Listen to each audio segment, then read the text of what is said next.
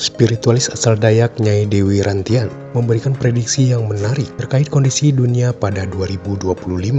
Dalam wawancara khusus, Nyai Dewi Rantian mengungkapkan bahwa tahun tersebut akan dikenal sebagai tahun ular kayu yang memiliki simbolisasi tentang perubahan dan pembaruan dalam kehidupan. Menurut Nyai Dewi Rantian, perekonomian dunia akan mulai menunjukkan tanda-tanda pemulihan setelah mengalami masa-masa sulit. Perekonomian akan pelan-pelan membaik meskipun tidak secara drastis. Ada perubahan sedikit di awal tahun yang memberi harapan baru, namun perubahan alam juga menjadi bagian dari prediksinya.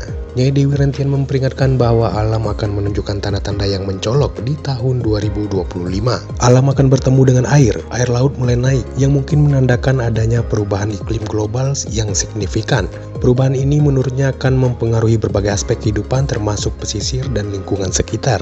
Di pertengahan tahun, Nyai Dewi Rantian memperkirakan akan terjadi kemarau panjang yang dapat mempengaruhi banyak daerah. Kemarau panjang akan datang membawa tantangan bagi pertanian dan kehidupan sehari-hari. Selain itu, beliau juga menambahkan bahwa aktivitas vulkanik akan meningkat dengan potensi erupsi gunung berapi yang lebih besar. Peringatan paling penting datang terkait dengan potensi aktivitas Merapi bawah laut. Waspada terhadap Merapi bawah laut yang bisa mempengaruhi kondisi laut dan pesisir, serta menimbulkan ancaman baru bagi keselamatan masyarakat. Melalui ramalannya, Nyai Dewi Rantian mengingatkan masyarakat untuk bersiap menghadapi perubahan besar yang akan datang di tahun 2025. Dengan berpartisipasi terhadap perubahan alam dan menjaga keseimbangan, diharapkan masyarakat dapat melalui tahun penuh tantangan ini dengan bijak. Tahun 2025 ini adalah tahun ular kayu. Jadi sionya sio ular, unsurnya unsur kayu.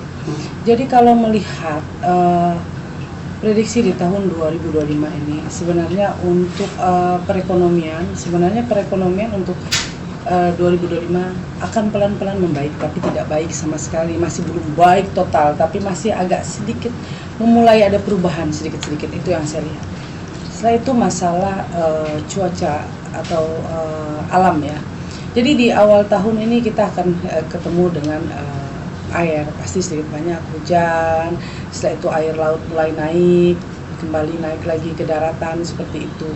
Setelah itu di pertengahan tahun akan ada kemarau panjang yang perlu diperhatikan. Kemarau panjang berarti kalau ada kemarau panjang ini berarti harus berhati-hati dengan api. Takutnya nanti ada kebakaran hutan. Setelah itu untuk kita masyarakat juga harus hati-hati. Kenapa saya bilang hati-hati?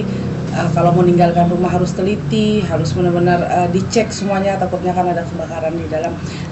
Takut ada dapat musibah kebakaran seperti itu. Sama juga ada yang saya lihat kayak gunung berapi yang saya lihat akan banyak yang akan mengeluarkan erosi ya, itu yang saya lihat. Nah, untuk ekonomi sendiri ini gimana nih? Akan menurun drastis atau seperti apa? Karena kan saat ini kan memang Indonesia kurang baik saja gitu. Oke, kalau dibilang menurun, jawaban saya sih enggak juga sih, karena ini ada perubahan-perubahan yang membuat perekonomian kita mulai pelan-pelan membaik, tapi belum baik sekali ya, tapi pelan-pelan sekali, itu yang saya lihat. Nah, tentang adanya nanti kenaikan PPN 12%, ini kan mungkin nanti kan di awal tahun ini nih. Nah, itu akan mempengaruhi nggak seperti apa nih? Oke, sedikit banyak pasti akan ada pengaruhnya, kan seperti itu, tapi tidak signifikan besar juga. Masyarakat juga lama-lama juga akan menerima. Seperti kan ada kenaikan BBM juga. Dulu semua masyarakat juga agak sedikit protes, tapi setelah mereka menjalani semua, mereka akhirnya bisa enjoy aja. Ya udah, kita mau apa lagi kan seperti itu. Nah, oke, yang saya lihat itu Sulawesi harus hati-hati. Setelah itu Jawa Timur juga, Jawa Tengah juga. Setelah itu yang perlu diperhatikan tuh saya juga agak sedikit was-was berapi yang ada di dalam laut itu aja. Seperti apanya? Itu kan berhubungan dengan air atau berhubungan dengan gunung aja? Jawaban saya kalau yang di Merapi yang di laut ini akan